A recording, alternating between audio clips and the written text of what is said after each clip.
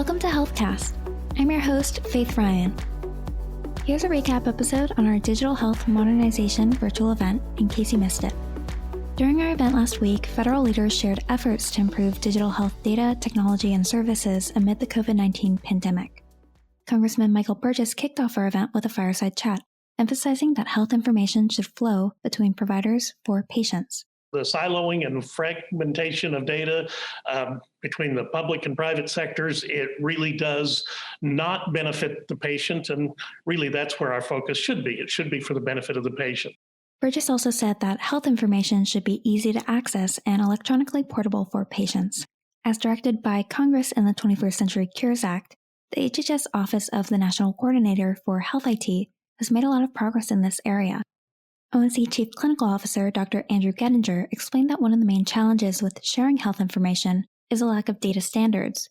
The agency is addressing this challenge with the help of APIs and HL7 FHIR specifications, as he explained during our first panel discussion on democratizing public health data. Clinical data has not been adequately standardized. So we have identified certain standards that all of the electronic health record, health IT developers have to abide by. More importantly, we have made it easy to get data out by specifying the standards and without getting jargony. Open APIs without special effort. And we define the open API without special effort as the latest version of FHIR. But FHIR. Providing complete sets of data to the people who need it has larger clinical implications than simply sharing data between facilities and devices. Ultimately, it could determine whether a drug or medical device is safe and provide clear, real-time data on a patient's health, or aggregate health data to effectively respond to public health crises like the current pandemic. It is a standard that allows content to move seamlessly.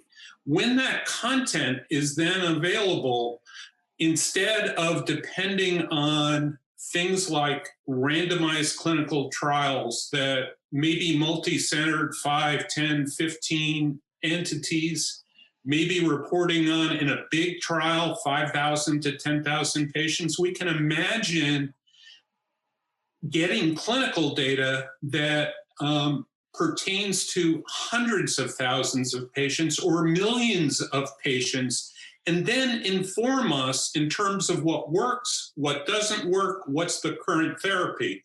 And that, if we had that infrastructure in place now, we would be able to respond to any public health threat much more expeditiously and with much more confidence that we understood how the knowledge is evolving rapidly and changing rapidly. Furthermore, ONC released its final rule to advance interoperability and promote electronic health information sharing between providers in June, while the compliance date is set for November 2nd. For the National Library of Medicine, part of the National Institutes of Health, CIO Ivor D'Souza further emphasized the importance of open data to complete data sets to advance scientific knowledge and understanding. There are some default practices that are very much embedded in how we conduct business. One of those is, of course, make sure that all data is publicly free and open. And the other part I would say is we try to make data available in multiple format types. So these are just our default practices. D'Souza added that these practices to democratize data access are key components of transparency and data reproducibility, following FAIR data principles, making data findable, accessible, interoperable, and reusable.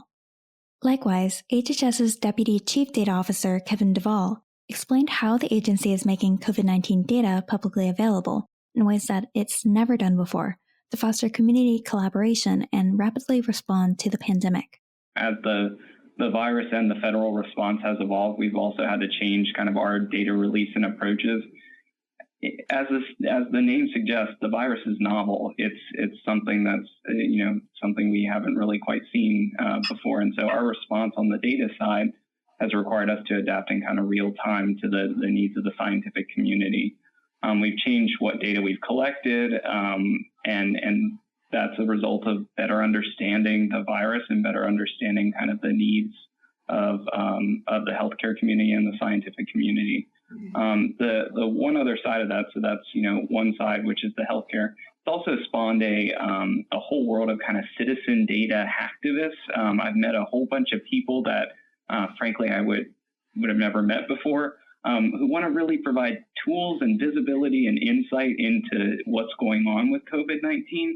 And a lot of them are volunteering. And so we've chatted with many of them, and they should be really proud of their work, because it's showing and having people understand what's going on in their community, what's going on in their environment using some of our data.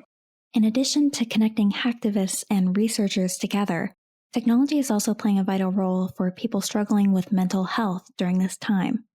In our second panel discussion on mental health, Paolo Del Vecchio, the Director of Management Technology and Operations at the Substance Abuse and Mental Health Services Administration, explained the severity of the crisis as it relates to mental health illness, such as depression, anxiety, and post-traumatic stress disorder, even suicidal thoughts.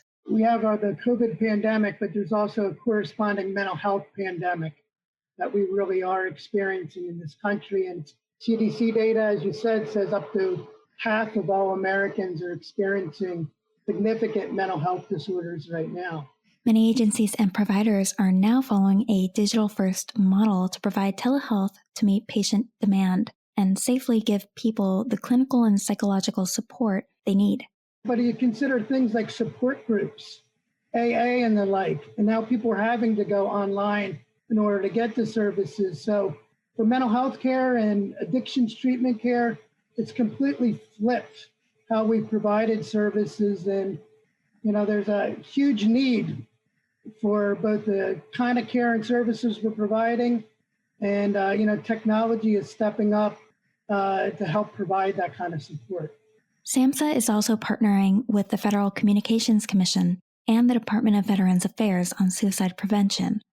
Wrapping up September Suicide Prevention Month, Del Vecchio said one of the most important efforts for next year is creating the 3-digit 988 number for the National Suicide Prevention Hotline, which will also include a line for connecting veterans who are suicidal to VA services. With the increased use in telehealth services across the active military and veteran populations, the Defense Health Agency also developed smartphone apps and virtual resources to help doctors and physicians on the front lines of this pandemic deal with stress. DHA's Connected Health Director, Simon Pincus, explained more. So we had some applications that you could put on your smartphone to help with dealing with stress. We noticed that providers were under a lot of stress. So we created a provider resilience toolkit, which is a mobile application, and it's a suite of tools that allows for providers to do things like meditation or breathing. And we saw a 350% increase in the use of that particular tool by providers. We have a virtual health hope box, which is really what we took a lot of our provider resilience toolkit from. And it really is a way for patients to interact with mobile apps to manage their stress and anxiety, and also create safety plans.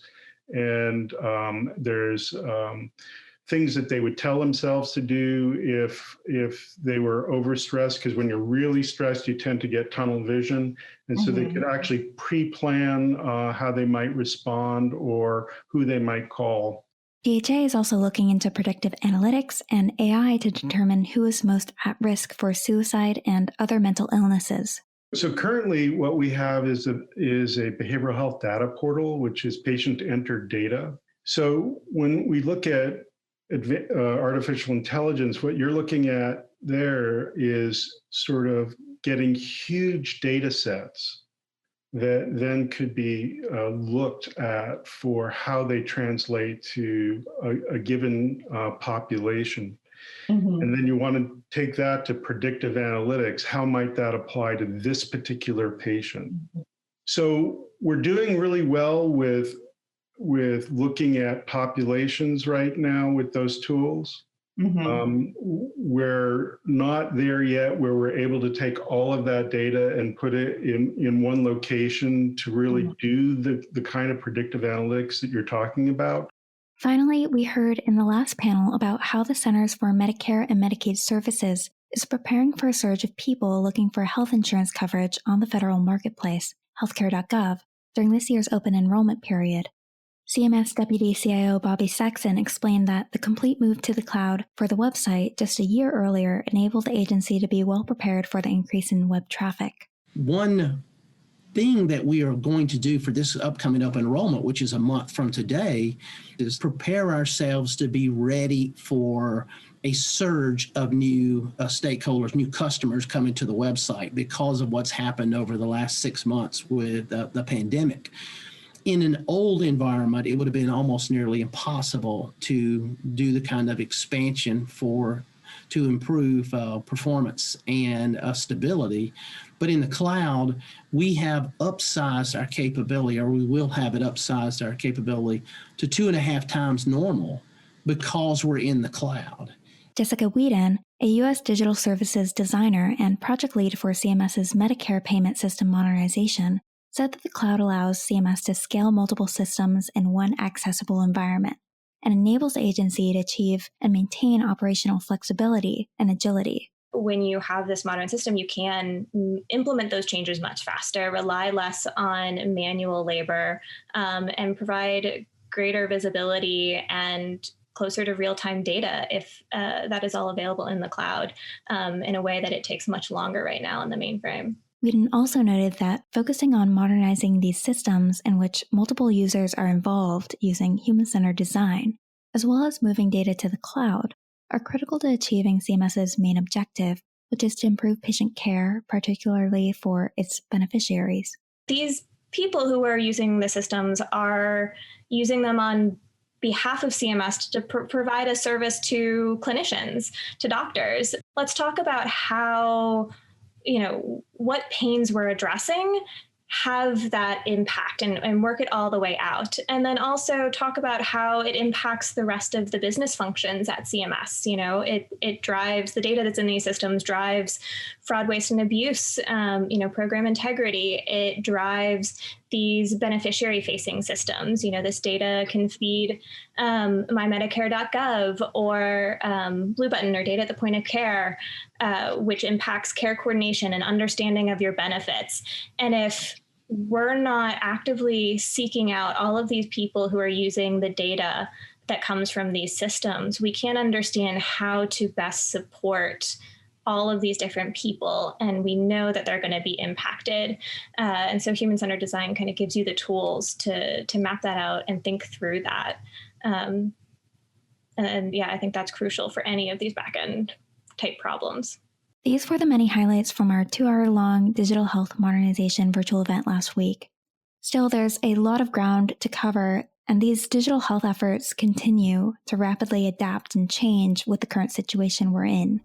So be sure to listen, like, and subscribe to the HealthCast podcast to keep up to date on what's going on in federal health IT.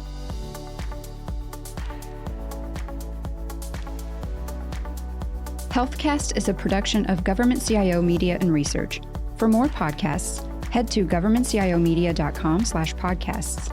If you liked what you heard, let us know by leaving a review in iTunes or wherever you listen to podcasts. HealthCast is produced by Amy Kluber, hosted by Melissa Harris, Adam Patterson, and Faith Ryan. If you're interested in sponsoring a podcast, contact us at sponsor@governmentcio.com.